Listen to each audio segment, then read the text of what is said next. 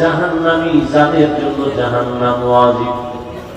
আল্লাহ বলবেন তুই আমার কোরআন হেফাজত করেছো, আজকে তোকে পাওয়ার দিলাম, আরো 10টা জান্নাত। জাহান্নামীকে সুপারিশ কর, আমি তোমার সাথেই তাদেরকে জান্নাত দিয়ে দিব। এ হলো একজন হাফেজে কোরআন। আর যে আলেমে কোরআন, হাফেজে কোরআন তো শুধু কোরআনের আরবি রিডিং মুখস্থ করেছে, অর্থ জানে না, তাফসীর জানে না। যারা জানে তারা আলেম। একজন আলেমে কোরআনের দাম কত? নবী বলেন বনি বকর বনি গানাম, এদের এত বিশাল বড় বকরির পাল, কত শত বকরি ওই পালে গণনা করা যায় না। কিয়ামতের দিন একজন আলেমে কোরআনকে আল্লাহ পাওয়ার দিয়ে বলবেন, যাও অগণিত গুনাহগারের সুপারিশ করো, আমি আল্লাহ আজ তোমার সুপারিশ কবুল করে জান্নাত দিয়ে দেব। আতিনা ফি দারে দুনিয়া না হাসান, আতিনা ফি দারে উকবা না হাসান, ইয়া গিয়াসাল মুস্তাগীসিন ইহদিনা ইফতিখারা বিল উলুমে ওয়াল গিনা, হর গরিবে নেকো তু তৈয়ার হ্যায়, जो न मांगे उससे तू बेजार है। এতক্ষণ যত সুনাম গাইলাম, ওলামা তারা কারা ভুলে গেছেন? এক মিনিট। ওলামায়ে আহলে হক, রহমতের নবী বলেন এই দুনিয়ায় এত বড় ভালো ওলামা, এদের থেকে ভালো মানুষ আর জমিনে নাই। এরা কত ভালো, বলে এরা আমি মুহাম্মদ সহ সমস্ত আম্বিয়ায়ে কেরামের ওয়ারিস। আল উলামা ওয়ারাসাতুল আম্বিয়া, উলামায়ে আহলে হক আল্লাহর নবীদের ওয়ারিস। আল্লাহ এদেরকে অনেক সম্মান দিয়েছেন। রহমতের নবী ভিন্ন হাদিসে বলেন, কোন মানুষ যখন উলামায়ে আহলে হকের মুলাকাতে ঘর থেকে বের হয়, প্রত্যেকের সাথে আমার আল্লাহ 70,000 রহমতের ফেরেশতা দিয়ে একটা কাফেলা বানায় দেয়। আলিমের কাছে যাও, ওর সাথে আমি মাওলার প্রতি সম্পর্ক আছে। मेरा एजाज़ु करदन बेहिसाब, खल्क़े दादन जवाबे बासवाब, हक नदारत दुस्ते खल्क़ा ज़ारेरा, बिस्ते की खसलत एके ज़िंदारेरा। खराब लगे? বয়ান করেন ফার্সি কবিতা টবিতা কি কেউ বুঝে? এগুলো না বললে হয় না। এরকম চিত্রান্বেষণকারী বন্ধু আছে না নাই? তাহলে এখানে তো কোরআনের আরবিও বুঝে না বহু মানুষ, তাহলে কি কোরআনের আয়াত পড়াও বাদ দিব? হ্যাঁ, দ্বীনের প্রত্যেকটা কথা তুমি বুঝো আর না বুঝো, কানের মধ্যে আওয়াজ যাবে, এর মধ্যে একটা বরকত আছে, দিলের বড় একটা তাসাল্লি আছে। আর এই কথাগুলো তো আমি ব্যক্তি না পাক, ব্যক্তির না, সরকার একটা ঘোষণা দিছে। এখন তো রেডিও আছে, টিভি আছে, সেন্টার আছে, সাংবাদিক আছে, পত্রিকা আছে।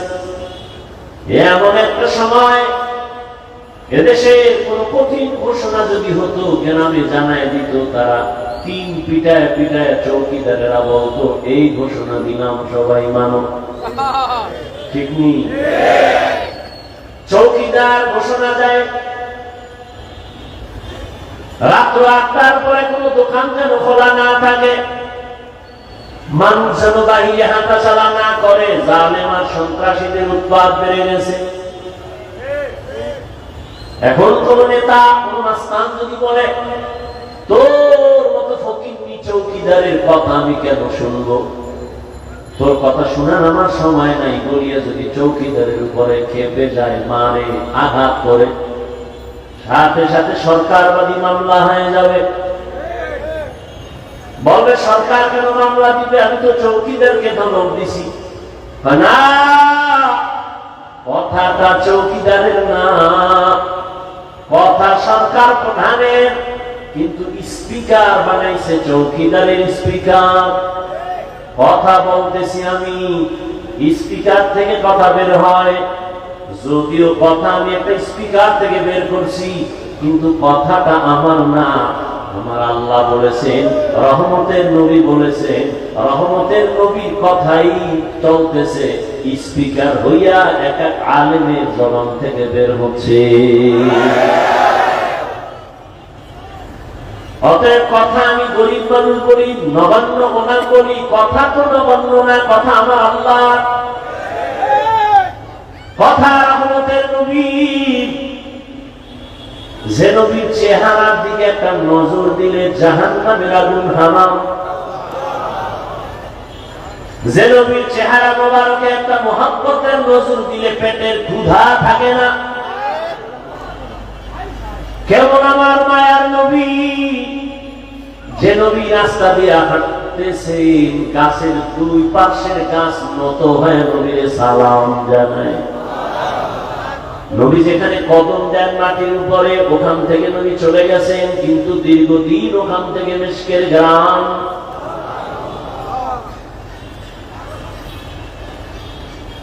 এই নবীর নিয়ে টানাটানি,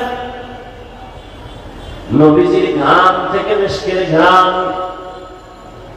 দুনিয়াতে আরো নবীর দাবিদার বহু মিথ্যাবাদী আছে, তাদের ঘাম থেকে কোনো ঘেরান ছিল না। তারা যদি এত দামি হয় তো এই নবী দাবি কইরা বাথরুমে মরে কেন? ভালো এই জন্য हकीकत से तू दुनिया बेखबर है, दुनिया की नुमाइश पर नजर है।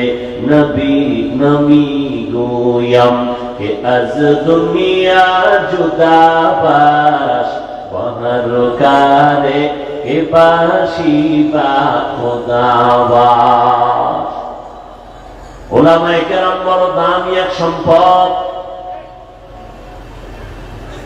ওলামায়ে কেরামের দ্বারাই তো আমরা আল্লাহকে চিনেছি,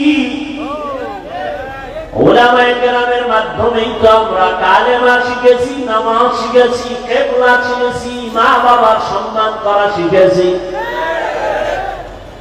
আজকে যদি বগুড়ার সেই সন্তান কোন আলেমের সাথে সম্পর্ক রাখত, ওই সন্তান কোনদিন মাকে জবাই করত না। আলেমের সাথে যত সম্পর্ক থাকবে, ওই সন্তান ভালোর দিকে আগাবে, সৎসঙ্গে সর্ববাস, অসৎসঙ্গে সোহবতে সালে তোরা সালে গুনাহ, সোহবতে দালে তোরা তালে গুনাহ। এক জামানা সোহবতে বা আউলিয়া বেতেরা সত সালা তাআত বেরিয়া। হাকিমুল উম্মত, মুজাদ্দিদুল মিল্লাত, শাহ আশরাফ আলী থানভী ফারুকী রাহমাতুল্লাহ আলাইহি বাংলাদেশে আসিলেন। বাংলাদেশের উলামায়ে কেরাম বয়ান শুনতেছেন। এক সময় তাকে একটা প্রশ্ন করেছিলেন হযরত, হাদিসে পাকে আছে সন্তান মোহাব্বত লাগায় যদি মা বাবার চেহারা দিয়ে তাকায়, বাইতুল্লাহ পায়, বাইতুল্লাহর জিয়ারতের সওয়াব পায়। মা বাবা দিয়ে তাকাইলে বাইতুল্লাহর হজের সওয়াব, ঠিক না? তার মানে বাইতুল্লাহ জিয়ারতের সওয়াব মানে বাইতুল্লাহই পায় মা বাবা দিয়ে তাকালে। কিন্তু আমরা ওলিয়া উলিয়া যারা উলামা আহলে হক, এদের দিকে তাকাইলে আমরা কি পাবো? মা বাবার দিকে তাকাইলে বাইতুল্লাহ পায়, বাইতুল্লাহ জিয়ারত পায়, কবুল হজের সওয়াব। সাহাবায়ে কেরাম বলেন কয়বার? যতবার তাকাইবা ততবার। থানবী রাহমাতুল্লাহ আলাইহি প্রশ্ন করলে উলামায়ে আহলে হক যারা আহলুল্লাহ ওলিয়া উলিয়া তাদের দিকে তাকাইলে কি পাবো? হাকিমুল উম্মাত শাহ আশরাফ আলী থানবী ফারুকী রাহমাতুল্লাহ আলাইহি বলেন, একটা সন্তান মা বাবার চেহারা দিয়ে তাকাইলে বাইতুল্লাহ পায়, বাইতুল্লাহ জিয়ারত পায়। কিন্তু একজন আল্লাহর আশিক যখন একজন কোরআনওয়ালা, তাকওয়াওয়ালা, আহলুল্লাহ ওলিয়ে কামেল এর দিকে তাকায়, শুধু বাইতুল্লাহ পায় না, বাইতুল্লাহর মালিকের পেয়ে যায়। সোবতে সালে তোরা সালে গুনা, সোবতে তালে তোরা তালে গুনা, তে জামানা সোবতে বা আউলিয়া বেহতের সদ সালা তাআত বেরিয়া। বলতেছিলাম উলামায়ে আহলে হক অনেক দামি। উলামায়ে কেরামের মজলিসে বসেন, আল্লাহ ফেরেশতাদেরকে নিয়ে একটা মজলিস মিলায় বলে, ফেরেশতা তোমাদের সাক্ষী রেখে বললাম, আমার উলামায়ে কেরামের ময়দানে যারা বসছে তাদের কোরআন সুন্নাহর কথা শোনার জন্য ঘোষণা দেও, এদের জীবনের সব গুনাহগুলো মাফ করে দিলাম। قال النبي صلى الله عليه وآله وسلم عليك بمجالسة العلماء واسمع كلام الحكماء فإن الله تعالى لا يحيي القلب الميت بنور الحكمة كما يحيي الأرض الميتة بوابل المطر أو كما قال النبي عليه الصلاة والسلام। আল্লাহ নবী বলেন, লোকমানে হাকিম তার সন্তানকে উপদেশ দিতেছে, সেই উপদেশ আমি সাহাবাদেরকে শুনাইতেছি, সাহাবায়ে কেরাম শুনেন। উলামায়ে কেরামের মজলিসের দাম কত, কোরআনের ইলম ওয়ালাদের মজলিসের দাম কত। যারা কোরআন সুন্নাহর ইলম ওয়ালাদের মজলিসে বসো, আল্লাহর নবী কার বৈশা তাদের হিকমতপূর্ণ কথা যদি শুনো, যদি দিলের কান লাগায় শুনো, আমার আল্লাহ সবার মুর্দা দিলটাকে জিন্দা দিলে পরিণত করে দিবে। এখন যে বুঝে না দিলটা মরা আবার জিন্দা কেমন, এটা যে বুঝে না তারে কেমনে বুঝাবো?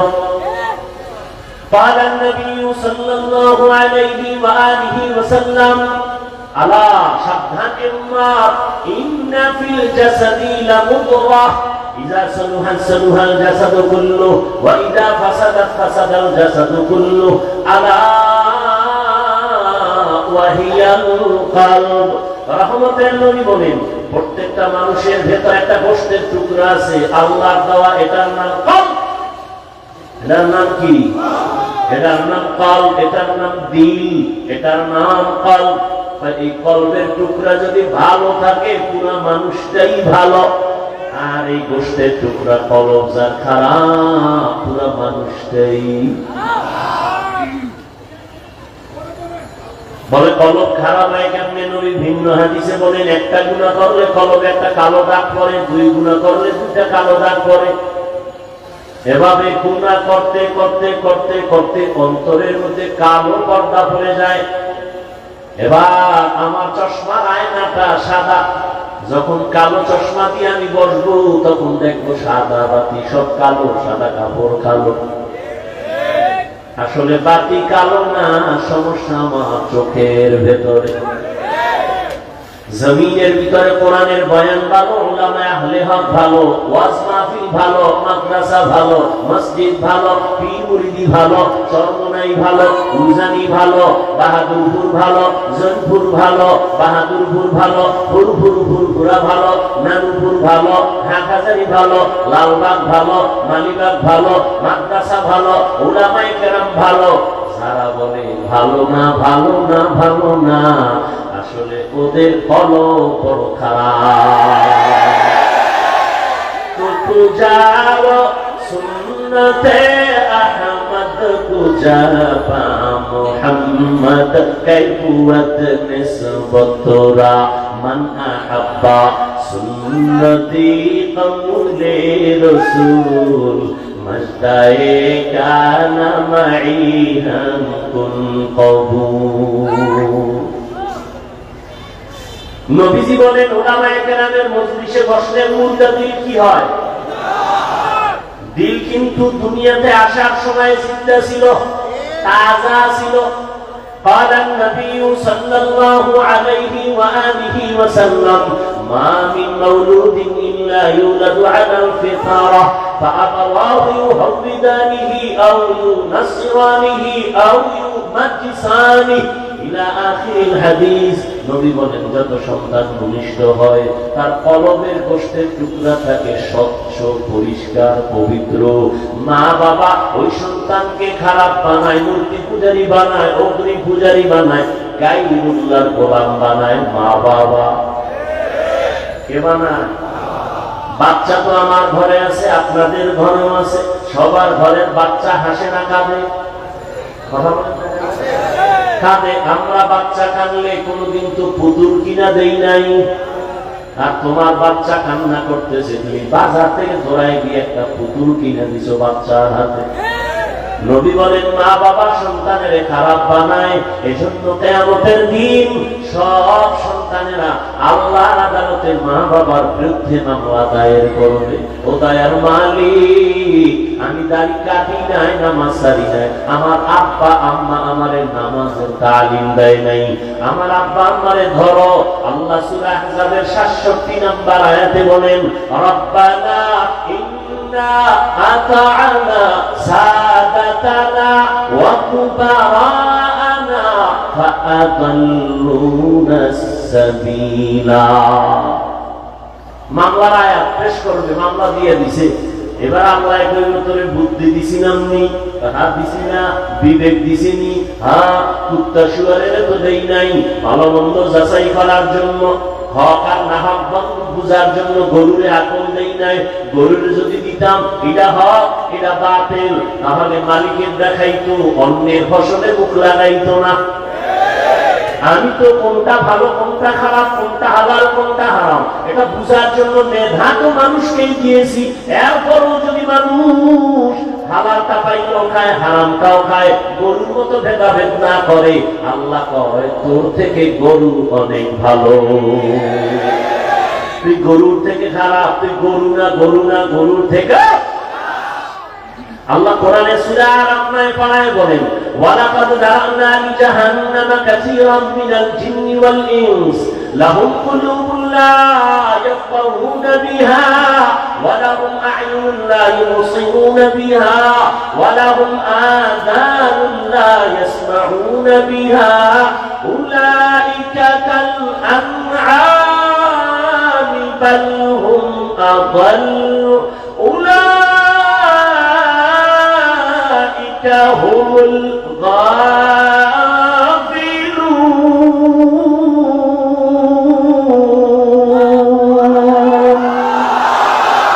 بكلام زند قرآن حكيم حكمت أولى يزال الصدق قديم। আল্লাহ বলেন অধিকাংশ মানুষেরা জাহান্নামে যাবে। কম না বেশি? অধিকাংশ মানুষ জাহান্নামে যাবে। কেন? আমি আল্লাহ এদের খবর দিছি, ফিকির করার জন্য, গবেষণা করার জন্য গবেষণা করে না। আমি আল্লাহ এদের চক্ষু দিছি দেখার জন্য, দেখে না। আমি আল্লাহ এদের কান দিছি শোনার জন্য, শুনে না। তাহলে কি চশমা দিয়ে আটকায়? পায় না। যা শুনতে বলছি তা শুনে না। আমি কান দিছি কোরআনের আওয়াজ শুনবি, মা বাবার আওয়াজ শুনবি, আজানের আওয়াজ শুনে মসজিদে যাবি। আমি আল্লাহ চক্ষু দিলাম, মা বাবার চেহারা দেখবি সওয়াব। চক্ষু দিলাম, আল্লাহর কোরআন দেখবি সওয়াব, বাইতুল্লাহ দেখবি সওয়াব, উলামা আহলে হক দেখবি সওয়াব, আল্লাহর বানানো আসমান দেখবি সওয়াব। আর আল্লাহর মোহাব্বত নিয়ে আল্লাহর সিজদা দিবি সওয়াব। বান্দা তুই চোখ দিয়া সারা রাত মোবাইলের দিকে তাকাইয়া কবিরা গুনাহ, কবিরা গুনাহ, কবিরা গুনাহ করো। আল্লাহ কয় উলাইকা কাল আনআম, এটা চতুষ্পদ জানোয়ারের মতো। কয় বালহুম আদল, না তার থেকেও খারাপ। ওলামায়ে কেরামের মজলিসে বসলে কি হয়? জিন্দা হয়। তা কেমন জিন্দা? নবী উদাহরণ দেয়, কামা ইউহইয়াল আরদাল মাইতাতা বিওয়াবিলিল মাতার। যেমনি ভাবে সূর্যের গরম তাপে জমিনটা শুকাইয়া ফেটে যায়, লাঙ্গল চলে না, ট্রাক্টর চলে না, চাষাবাদ চলে না, ফসল উৎপাদনের ক্ষমতা থাকে না, ঠিক ওই জমিনের মধ্যে আমি আল্লাহ মুহূর্তে রহমতের বৃষ্টি দিয়া নরম বানায় দেই। যেই জমিন এতক্ষণ একটু আগে লাঙ্গল চলে নাই, চাষাবাদ চলে নাই, ফসল হয় নাই, বৃষ্টির পানি হয়ে জমিন পুরো তাজা হয়ে গেছে।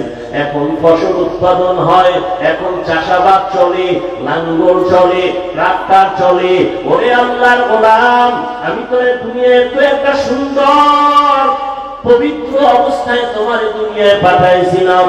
এখন তুমি গুনাহ করে করে, হাতের গুনাহ, চোখের গুনাহ, কানের গুনাহ, অন্তরের গুনাহ, গীবত শিকায়াতের গুনাহ, মিথ্যা কথার গুনাহ, অন্যের হক নষ্ট করার গুনাহ, জুলুম করার গুনাহ, মা বাবার সাথে বেয়াদবির গুনাহ, ওলামায়ে কেরামের সাথে বেয়াদবির গুনাহ।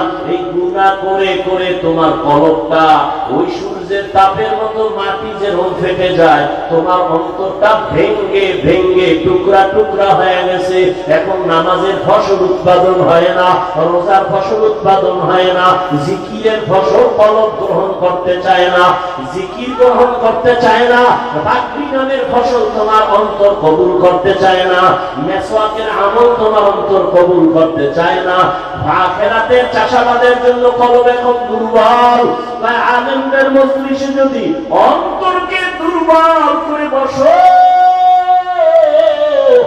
আমি আল্লাহ কুদরতে রহমতের বৃষ্টি যখন বর্ষণ করব, সিনার মধ্যে গিয়া ধাক্কা লাগতে থাকবে, ধাক্কা লাগতে থাকবে, ধাক্কা লাগতে থাকবে।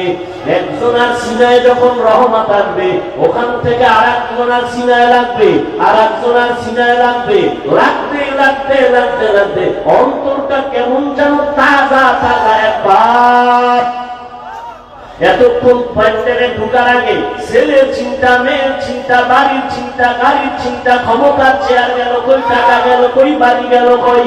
কিন্তু এখানে আসার পরে কেমন যেন ছেলে মেয়ের চিন্তা নাই, বাড়ির চিন্তা নাই, ঘরের চিন্তা নাই। এখন আর এক চিন্তা ঢুকছে, আমারে কে দুনিয়ায় পাঠাইছেন, আমার এত সুন্দর কণ্ঠ কে দিয়েছেন, আমারে টাকার মালিক কে বানাইলেন, আমাকে সুন্দর সম্মানের জায়গায় কে বসাইলেন, কে আমাকে এত সুন্দর চেহারা দান করলেন, এমন সুন্দর আসমানকে বানাইলেন, এমন সুন্দর দুটো চোখ কে বানাইলেন, এমন সুন্দর দুটো হাত কে বানাইলেন। তারে খুঁজতেছে, অন্তরে পাগল হয়ে গেছে, সে কে, সে কে, খুঁজতে খুঁজতে খুঁজতে খুঁজতে তার তামান্না অন্তরে তৈরি হয়ে গেছে। এইবার এমন পাগল আমি শুরু করছি, আমার মাওলারে তো আমি না নিয়ে আর যাব না। আমার ছেলে আজ আছে কাল থাকবে না, আমার মা আছে থাকবে না, ভাই আছে থাকবে না, ওই বিল্ডিং ওয়ালা পড়ে আছে, বিল্ডিং ওয়ালা পালায়ে গেছে, টাকাওয়ালা টাকা পড়ে আছে, টাকাওয়ালা পালায়ে গেছে। তাহলে টাকা থাকবে না, বাড়ি থাকবে না, গাড়ি থাকবে না। এক সময় তো আমার একা হয়ে যেতে হবে। ওই সময় তো চিন্তা করে দেখলাম, ওই সময় আমার আপন কেউ নাই, আমার মাটি, বামে মাটি, সামনে মাটি, পেছনে মাটি, অন্ধকার অন্ধকার। ওই সময় আমি দেখলাম একজন আমার আপন, তিনি একমাত্র আমার মালিক, আমার আল্লাহ রাব্বুল আলামিন। আমার আল্লাহর মহব্বত অন্তরে জমা হয়ে গেছে। ও আল্লাহর বান্দা, যে টাকার পাগল সে টাকার পেছনে দৌড়ায়, যে ক্ষমতার পাগল সে ক্ষমতার পেছনে দৌড়ায়, যে নারীর পাগল সে নারীর পেছনে দৌড়ায়, যে গাড়ির পাগল সে গাড়ির পেছনে দৌড়ায়। আর যারা আমার মালিকের পাগল, ওই মাওলার পাগল গুলো খালি তালাশ করে আমার মালিক, আমার মালিক। আমি বাড়ি পাইছি, গাড়ি পাইছি, টাকা পাইছি, কিন্তু আমার মালিকের তো আমি পাইলাম না। আমার মালিকের আমি কোথায় পাই?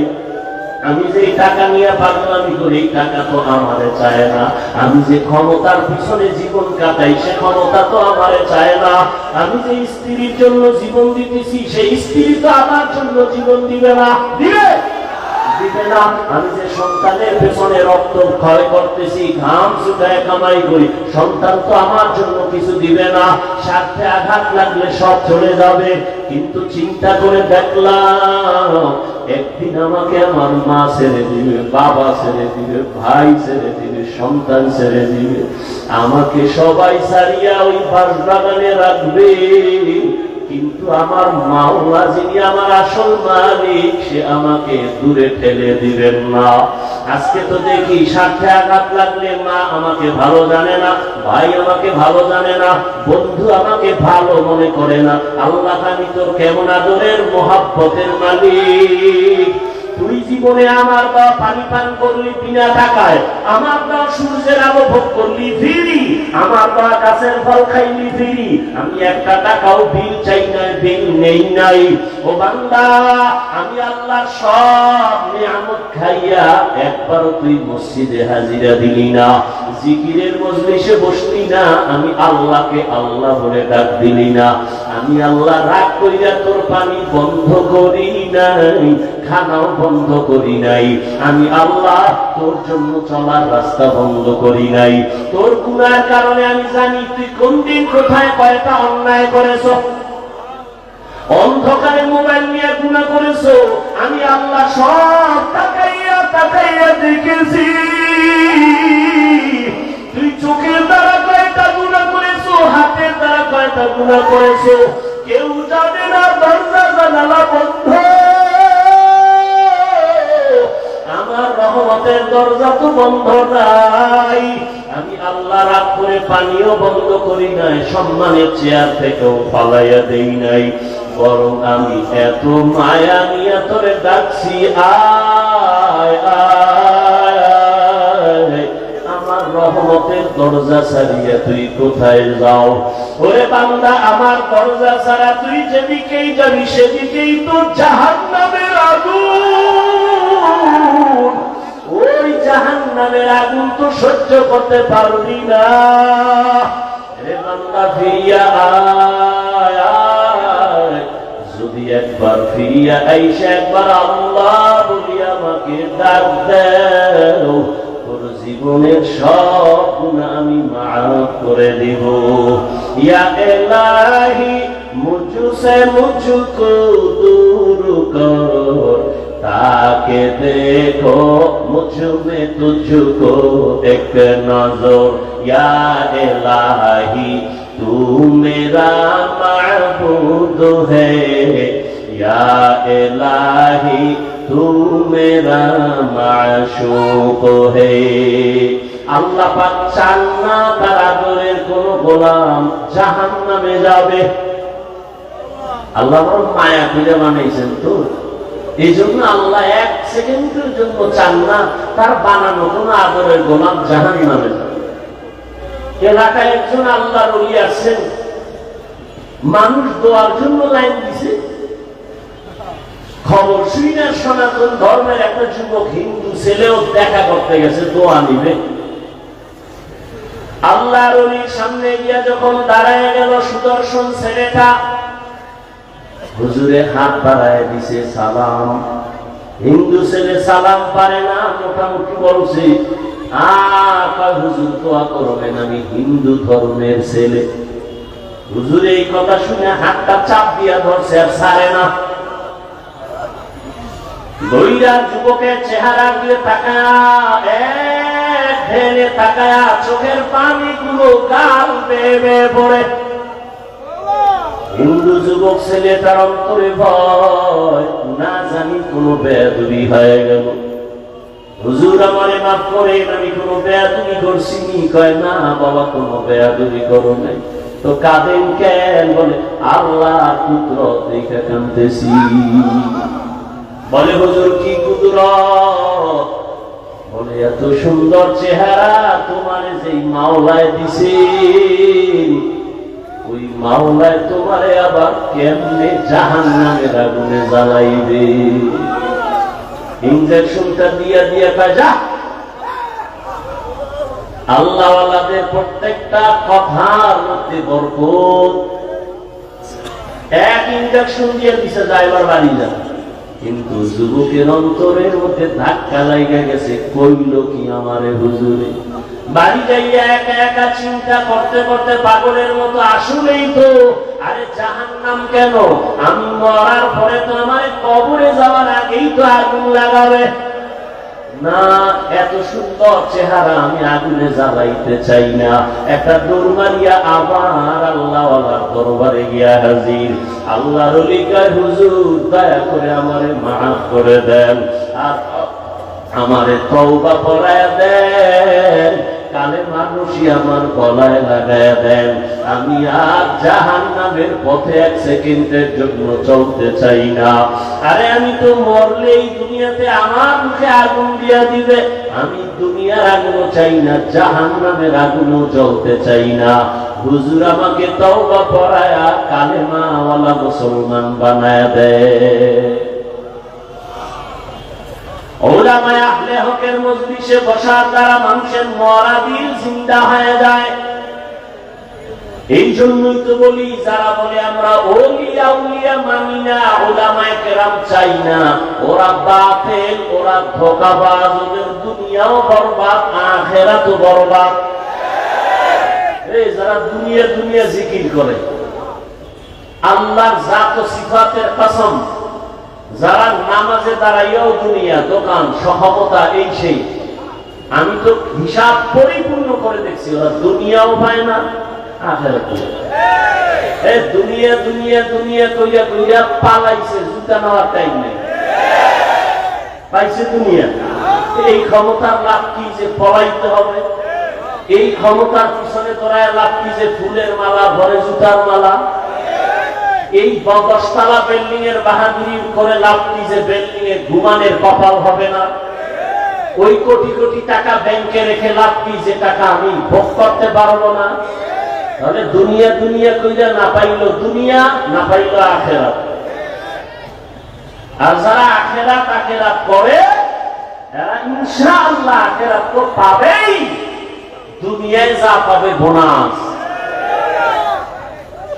আমরা আখিরাত আখিরাত কইরা চলতে গিয়ে কি না খাইয়া মইরা গেছি?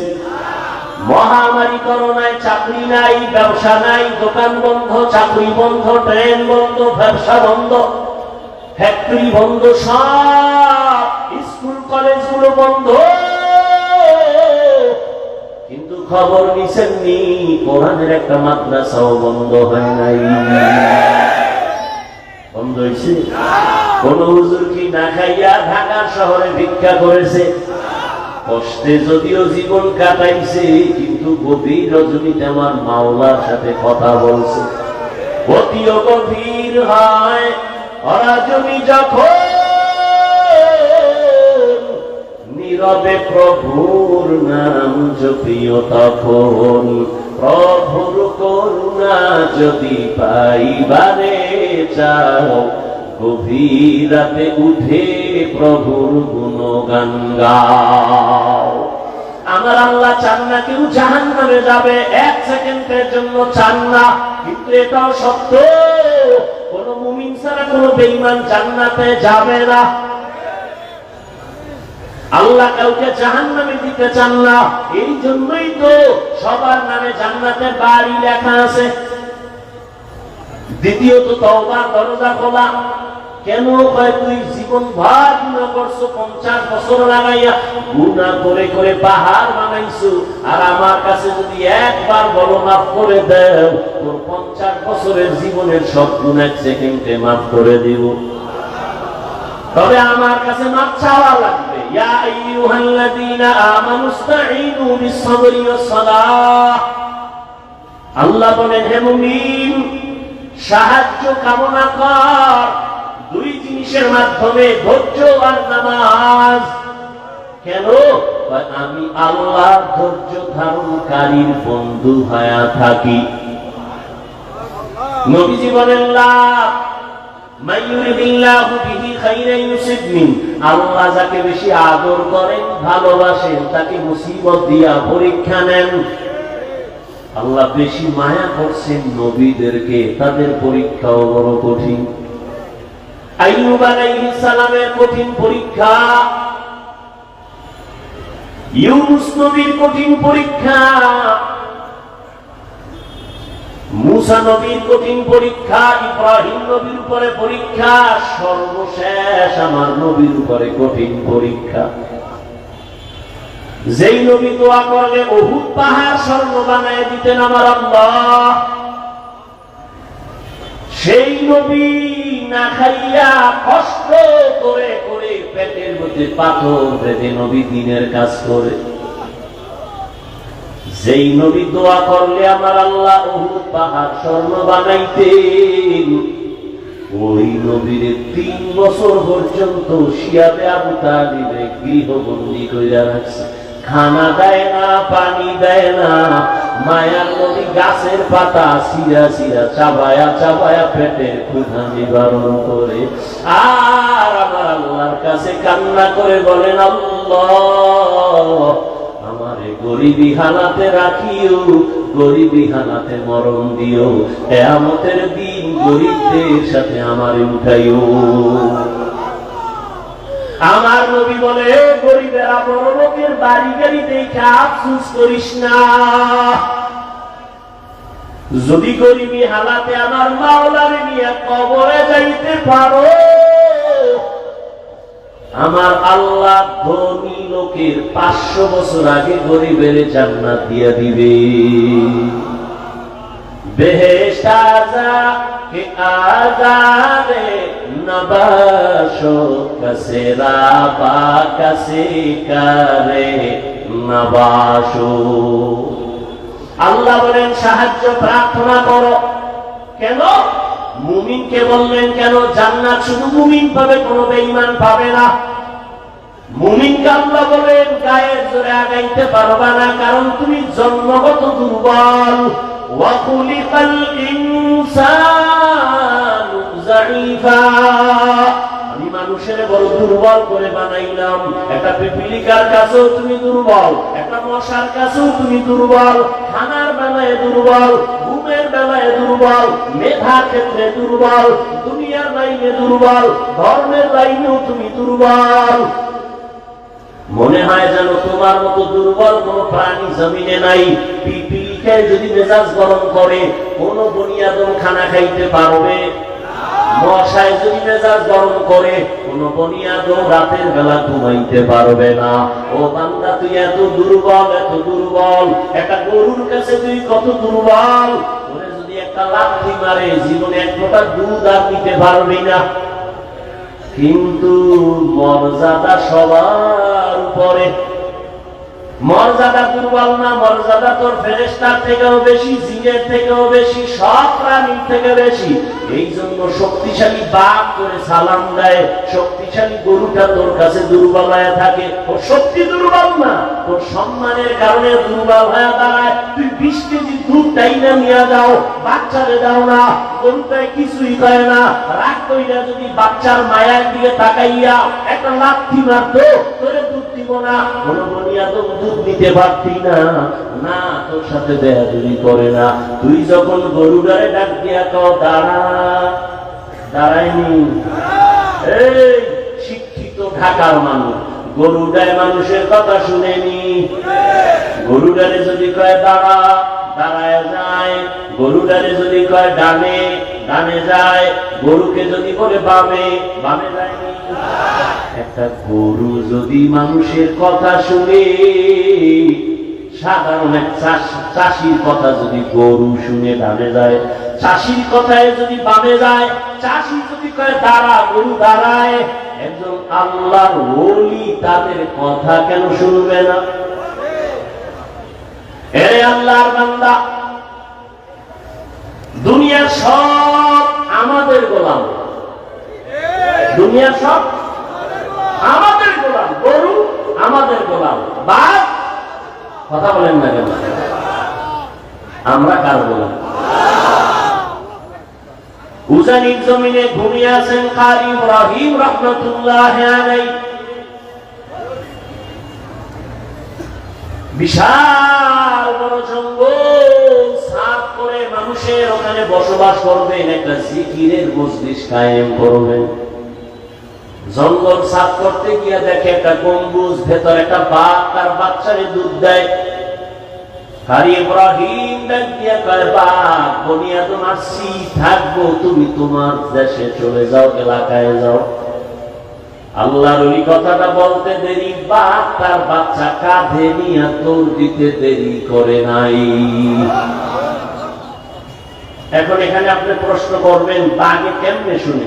আমি উদাহরণ আগে দিছি না, একটা চাষির কথা গরু শুনে। বলেন, ঘরের মহিলা মুরগিরে যখন ডাক দেয় তার ভাষায়, মুরগি আইনি। সন্ধ্যাবেলা আম্মা জানেরা যখন খেতে হাঁস পানির মধ্যে জোরে ডাক দিছে ওই ভাষায়, হাঁস আইনি।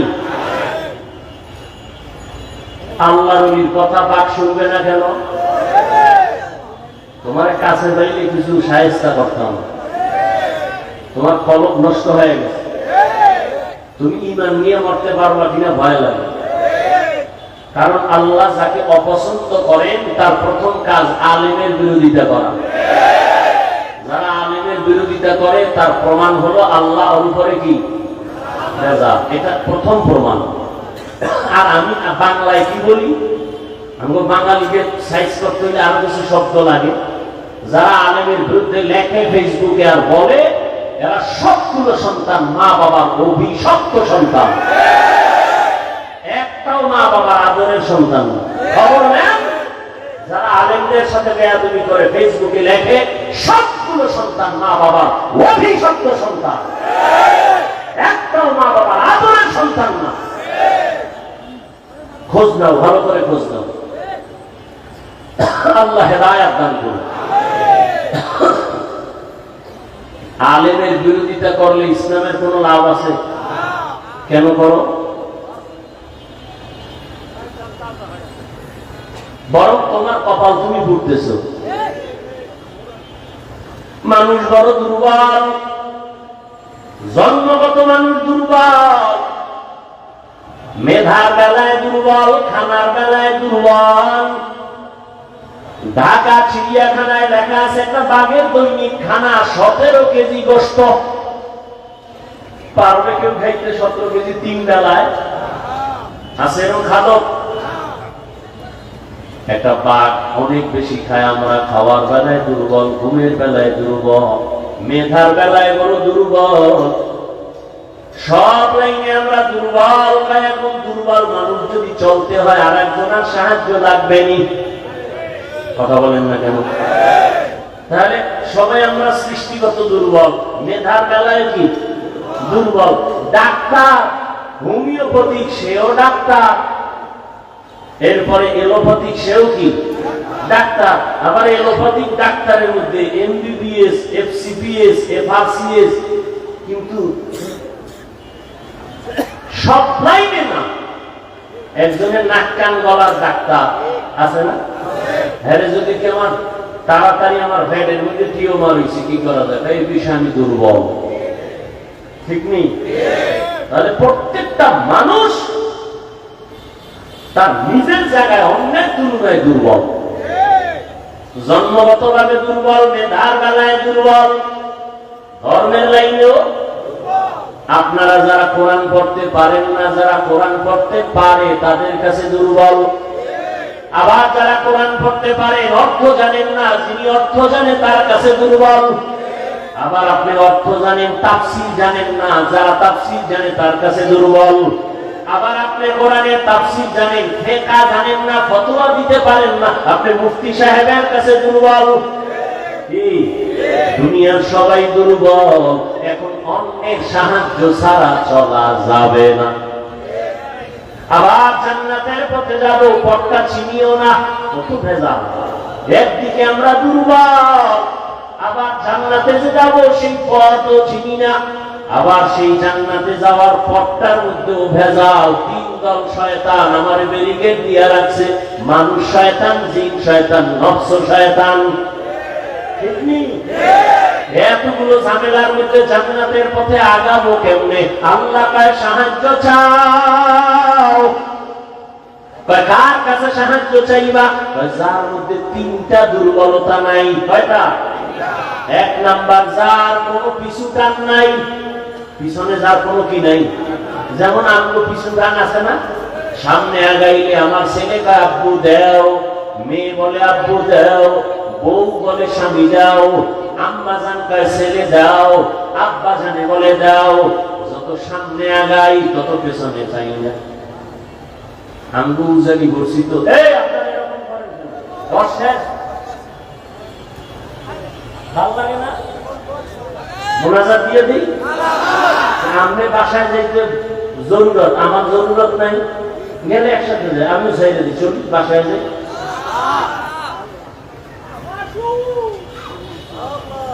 জীবনে আল্লাহ ওয়ালাদের মজলিসে বসেন না, তো এর মজা বুঝবেন।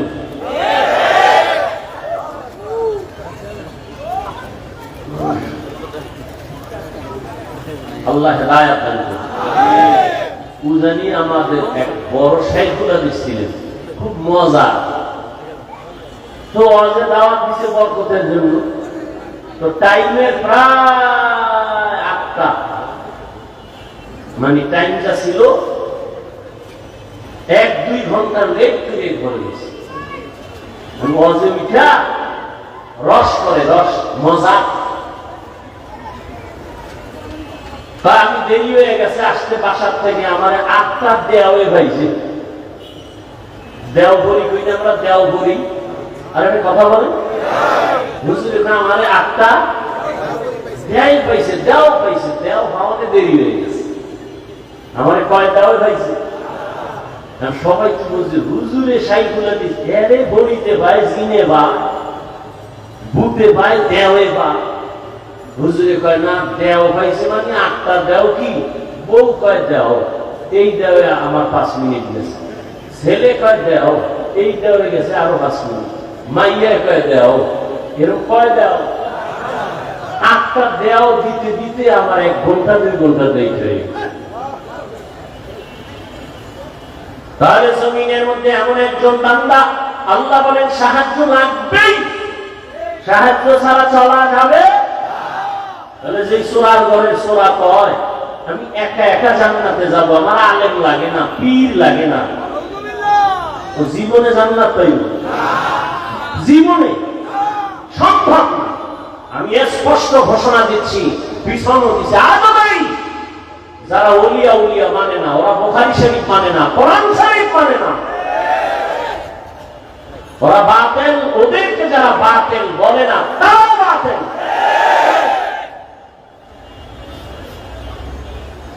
আল্লাহ হেদায়েত দান করুন। এমন একজন থেকে সাহায্য চাও, সাহায্য লাগবেই লাগবে, এ কথায় সবাই একমত। এখন সাহায্য কার থেকে নিবেন এই বিষয় সিদ্ধান্ত দেন। যার মধ্যে 3টা দুর্বলতা নাই তার থেকে সাহায্য নিতে হবে। 1 নাম্বার দুর্বলতা, যার পেছনে টান নাই। বলেন দুনিয়াতে কোনো মানুষ আছে যার পিছে টান নাই? কে আছে? নাই। বুঝা কথা কই, খালি বক বক করলি মুখ একটা আছে, খালি কয়ে ভালো। খুব হিসাব করে কথা বলতে হবে। বুঝেন না, পারেন না, চুপ থাকবে। 2 নাম্বার দুর্বলতা, যার অভাব নাই। খুঁজে দেখেন তো একজন বিশ্বাস পাইবেন যার অভাব নাই।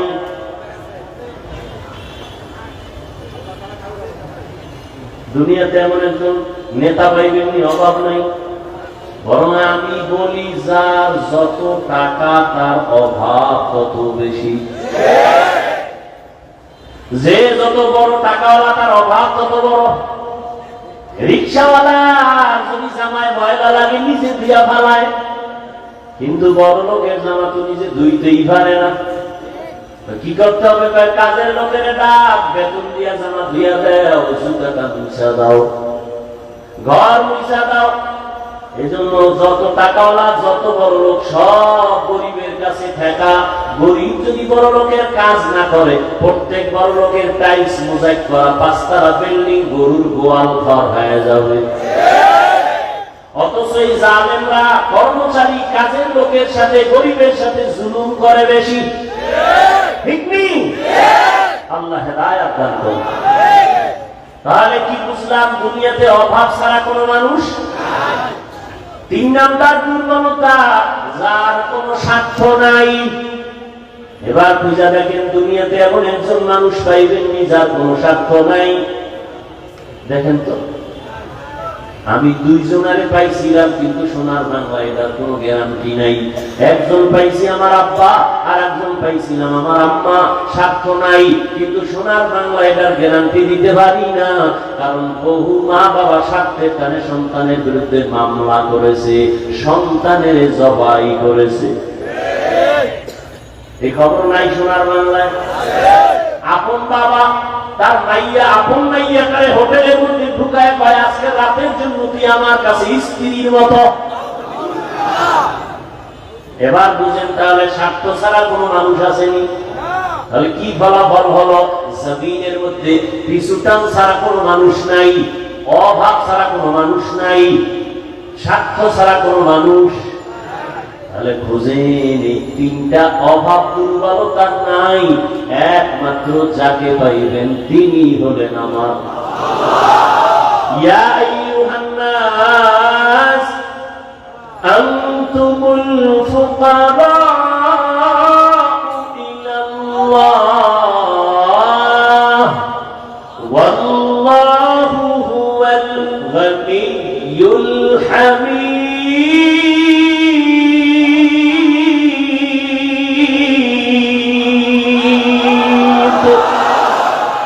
Tawakkul mikuni harus bohsharam mirasana deristetu azlamakam juzbahakaci zaymaka az insuja fazle u'amaste darjum la jaha। সাহায্য চাবো আল্লাহ পায় দুনিয়ার মানুষ, আমি একমাত্র প্রশংসিত ধনী, তোমরা সবাই ফকির। ধনীকে আরো জোরে বলেন আল্লাহ কেমন ধনী? বলে আমি শুধু ধনী না, প্রশংসিত ধনী। দুনিয়াতে ধনী আছে না, কিন্তু প্রশংসিত ধনী একজনও নাই। 5 লাখ টাকা মাদ্রাসায় দিয়া চায়ের দোকানে চাপাবাজি করে, মাদ্রাসা আমার। ঠিক নেই? 50,000 টাকা দিয়া মসজিদে, লাখ টাকা দিয়া কয় মসজিদ আমি বানাইছি। কয় না? দুনিয়াতে কোন প্রশংসিত ধনী নাই, একমাত্র প্রশংসিত ধনী আমার আল্লাহ। বলেন তাহলে সাহায্য কার কাছে? কার কাছে? ও ঢাকার মুসলমান হে যুবক, আল্লাহ বিবেক দিছে, বিবেকটা দিয়া বলো আমার রহমতের নবী থেকে দামি কোন নবী আসেনি? সত্য বলো। ছিল? আসবে? বলো আমার নবীর জীবনে কোনো কিছুর প্রয়োজন হইতো নি? হইতো না? দেখো তাহলে নবীজি কোন মাজারে গিয়া চাইতেন? ইব্রাহিম নবীর মাজারে, মুসা নবীর মাজারে, আজমিরের মাজারে, নিজামুদ্দিন আউলিয়ার মাজারে। এই যুবকরা ভালো করে শোন, 5 বছরের কথা তো বুঝবে না রে বাবা, আমার বাংলা কিছু কথা মনে রাখো। সবাই একমত নি যে নবীর থেকে দামি কেউ এই দুনিয়ায় দরবার শরীফ আসেনি? ধরে কও, বলো মদিনার দরবার থেকে দামি দরবার নাম কি? আজমিরের দরবার মদিনার থেকে দামি? মাইজবান্দারের দরবার, আগ্রসীর দরবার, দেওয়ানবাগের দরবার, চন্দ্রভাড়ার দরবার, এনায়তপুরের দরবার, খানজাহান আলীর দরবার, আমানত শাহর দরবার, তাহলে মদিনার দরবার থেকে দামি কোন দরবার? সত্য কথা না মাইনে রে বাবা, তুই মানো না স্বীকার কর। নবীর থেকে কোন দামি ব্যক্তি, মদিনার দরবার থেকে দামি কোন দরবার? দুনিয়াতে মাজার আসেনি? মাজার বলো, নবীজির মাজার থেকে দামি মাজার কোনটা? ইব্রাহিম নবীর মাজার, ইসমাইল নবীর মাজার, খাজা মুঈনুদ্দিন চিশতি আজমিরির মাজার, শাহজালাল শাহপরানের মাজার, শাহ মাহমুদের মাজার, আমাদের বাগেরহাটে খানজাহান আলীর মাজার, শাহ আলী মিরপুরের মাজার, গোলাপ শাহর মাজার, না আমানত শাহর মাজার, বাইজিদের মাজার। এক পত্নী মদিনার নবীর মাজার থেকে দামি কোন মাজার নাই। সবাই একমত? বলো বলো, সেই নবীর মাজারে গরু জবাই হয় কয়টা? মোমবাতি জ্বলে কয়টা? ওই মাজারে সেজদা চলে কয়টা? নবীর দরবারে আর মাজারে নারী পুরুষ এক জায়গায় বইয়া ঢোল বাজায় জিকির করে কয়দিন? ভালো করে বুঝো, দুনিয়াতে মদিনার দরবার থেকে আর একটা দরবারও নাই, মদিনার মাজার থেকে দামি কোন মাজার নাই। অতএব শিক্ষা দাও রে যুবক, মদিনার দরবারে আর মাজারে তা চলবে না, দুনিয়ার দরবারে আর মাজারেও তা চলতে দেওয়া হবে না।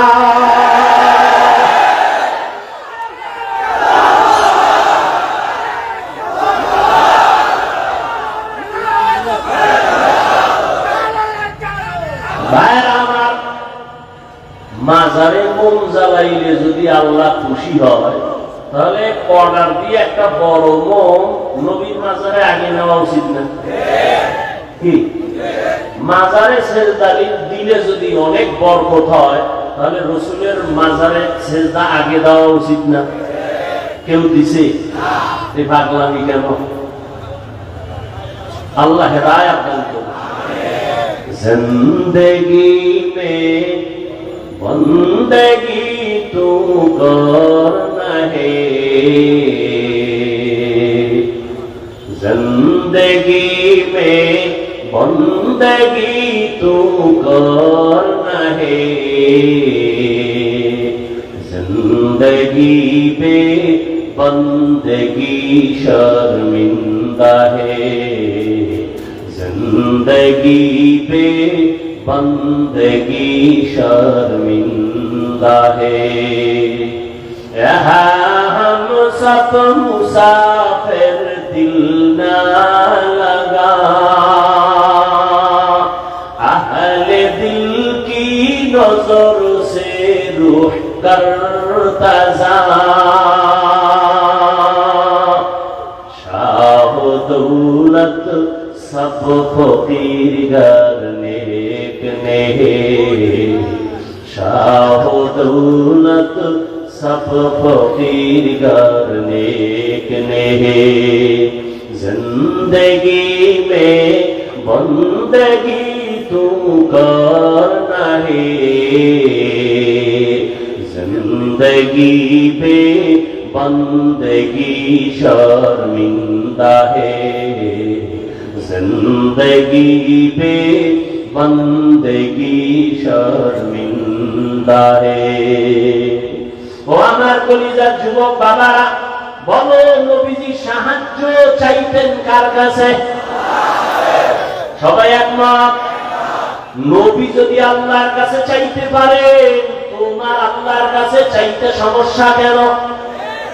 আল্লাহরে পছন্দ হয় না? হয়? হইলে তাহলে চাও না কেন?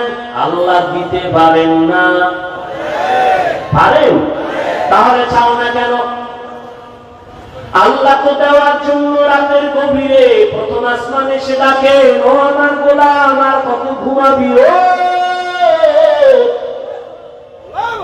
আল্লাহ বান্দারে প্রতি রাতের গভীরে ডাকে, আয় আয় আয় আমার একবার ডাকতে, মহব্বত লাগায় ডাক, দুই ফোঁটা চোখের পানি ছেড়ে কান্না কর। একটা সন্তান চোখের পানি ছেড়ে যদি আম্মার কাছে বলে, আম্মু আমারে মাফ করে দাও, আমি ভুল করেছি, মায়ের মায়া কমে না বাড়ে?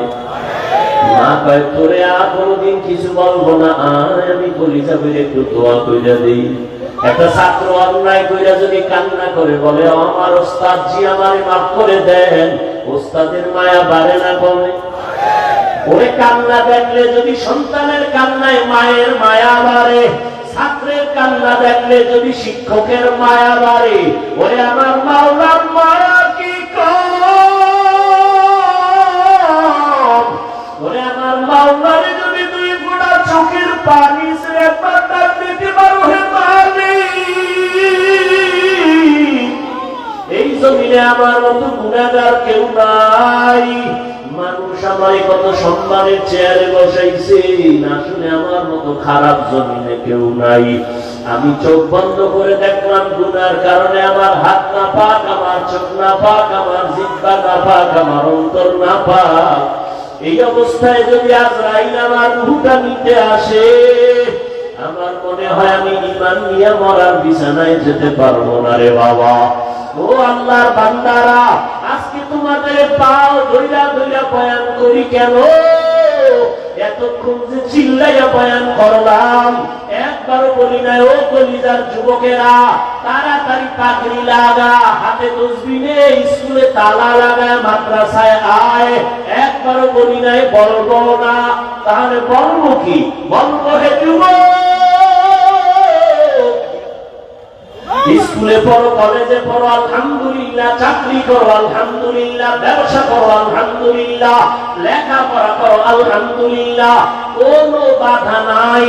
বাবা তুমি ডাক্তার হও, কলিজা দিয়া দোয়া করি, ইঞ্জিনিয়ার হও, প্রফেসর হও, তবে আমার দাবি একটা, বেয়াদব কোনোদিন হইও না। তোমার আচরণে কোনোদিন যেন মা বাবা কষ্ট না পায়, তোমার ব্যবহারে কোনোদিন শিক্ষক যেন কষ্ট না পায়, তোমার ব্যবহারে কোনোদিন যেন মুরব্বী উলামায়ে কেরাম কষ্ট না পায়। জীবনে আদর্শ নিয়ে ডাক্তার হও, তোমার সম্মান থাকবে সবার উপরে, তোমাকে সবাই মাথায় সম্মান নিয়ে চলবে। কিন্তু ডাক্তার হইয়া যদি আদর্শ ঠিক রাখতে না পারো, ডাক্তার হইলেও তাসলিমার মতো সুতার বাড়ি খায়া পালানো লাগবে। ঢাকা কলেজের প্রফেসর আহমদ শরীফ ক্লাসের মধ্যে ঢুইকা কয়, ছেলে মেয়েরা আমার চিরস্নি কয়, চিনি স্যার। নাম কি জানো? কয় জানি। বল। কয় বেয়াদবি হবে। কয় শোন, আমার নাম আহমদ শরীফ, আমি ঢাকা কলেজের প্রফেসর। শোন, এত জীবন শুনছো কোরআন শরীফ, হাদিস শরীফ, মক্কা শরীফ, মদিনা শরীফ। আজকে থেকে শুনে রাখ, মক্কা শরীফ লাগবে না, মদিনা শরীফ লাগবে না, হাদিস শরীফ লাগবে না, কোরআন শরীফ লাগবে না। আজকে থেকে আমি আহমদ শরীফ যথেষ্ট। মরার আগে ছেলে মেয়েকে বলে গেছিল, আমি মরার পরে কবর বিশ্বাস করি না, আমি মরিয়া গেলে কবরে তোরা দাফন করবি না। ঠিকই ওই নাস্তিক বেঈমানের কবরে দাফন করা হয় নাই, সন্তানেরা দেহটা দান করে দিছে হসপিটালে, ওর কপালে কবর নাই। এই প্রফেসর হইয়া লাভ নাই রে বাবা। সম্মানের একটা ডাক্তার হও, ইঞ্জিনিয়ার হও, প্রফেসর হও, মানুষ যেন তোমার কলিজা দিয়া দোয়া করে। এই জন্য লাগবে তোমার সুন্দর চরিত্র, আদব নিয়ে চলবা, মা বাবার দোয়া নিয়ে চলবা, উলামায়ে কেরামের দোয়া, শিক্ষকের দোয়া ছাড়া আগাইতে পারবা না। তোমার জীবনের সফলতার এক নাম্বার দোয়া মা বাবা, জীবনের সফলতার দ্বিতীয় দোয়া শিক্ষকের দোয়া লাগবে। আমার আব্বা আম্মা আমাকে দোয়া করছেন, আল্লাহ আমাকে ভালো বানাইছেন, কিন্তু এই চেয়ারে বসে বয়ান করা আমার আব্বা আমাকে শিখান নাই, আম্মা আমাকে শিখান নাই। আমাকে হাতে কলমে ধইরা ধইরা আমাকে কথা শিখাইছেন, লেখা শিখাইছেন, বলা শিখাইছেন আমার শিক্ষক। অতএব শিক্ষকের অবদান ভুলার মতো না। যদি খবরদার মা বাবার দোয়া আল্লাহর কসম তোমার জীবনের সফলতার চাবি, শিক্ষকের দোয়া তোমার জীবনের সফলতার চাবি, ওলামায়ে কেরামের দোয়া সফলতার চাবি। ঠিক এর বিপরীতে মা বাবার বরদোয়া তোমার জীবনের জন্য আগুন, ওস্তাদের বরদোয়া তোমার জীবনের জন্য আগুন, ওলামায়ে কেরামের বরদোয়া তোমার জীবনের জন্য আগুন। আজকে বাংলাদেশে যত ঝামেলা দেখতেছো আলেমদের সাথে বেয়াদবির ফলাফল। এই জন্য যুবকের বলি, পাও দুইটা ধইরা বলি, অঙ্গীকার কর, শপথ কর, ওয়াদা কর, জীবনে মা বাবার দোয়া নিব। দোয়া নিতে না পারলেও অঙ্গীকার কর বদদোয়াটা নিবি না। যদি নেও মরার আগে বন্ধু হয়ে যাবি, চাকার তলে মাথা ঢুকে যাবে, টেরি পাবি না।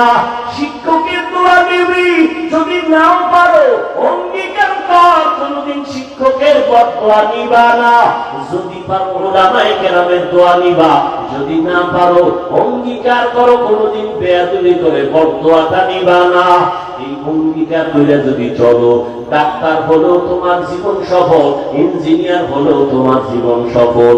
এই জমিনে বাবা তুমিও মুসলমান, আমিও মুসলমান, তোমার আমার আল্লাহ দুই না এক, তোমার আমার নবী এক, তোমার আমার কোরআন, তোমার আমার কাবা, তোমার আমার ধর্ম, তোমার আমার কালেমা, হবে না?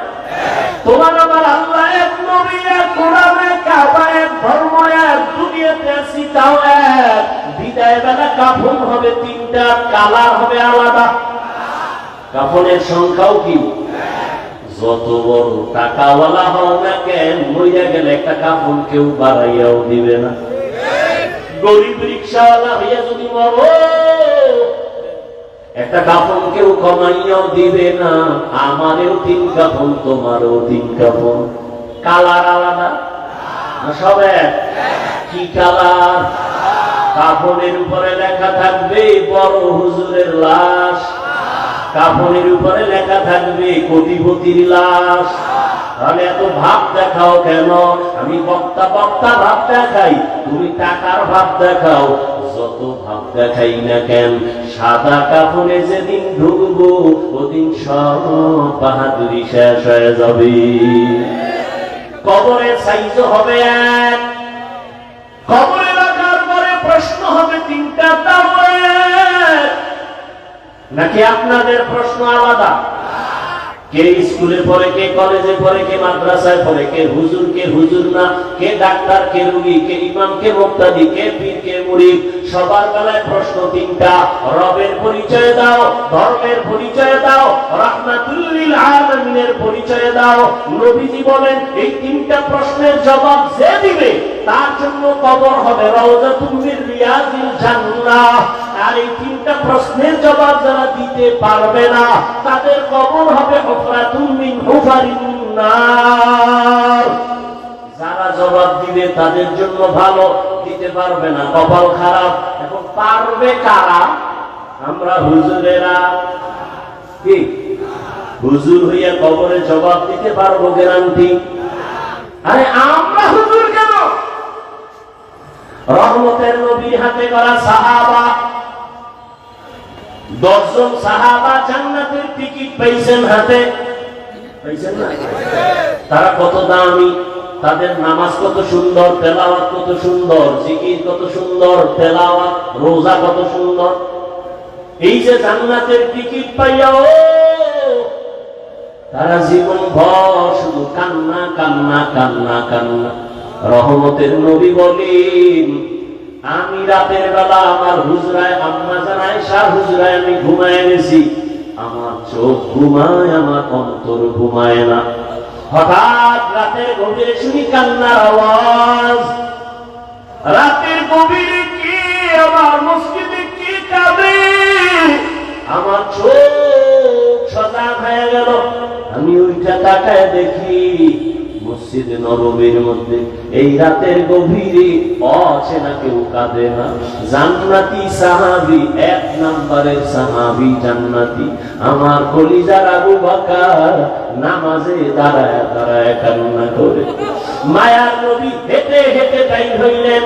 এবার নামাজ শেষ, নবী পেছনে তাকায় দেখে আবু বকর হাউ মাউ করে কাঁদতেছেন।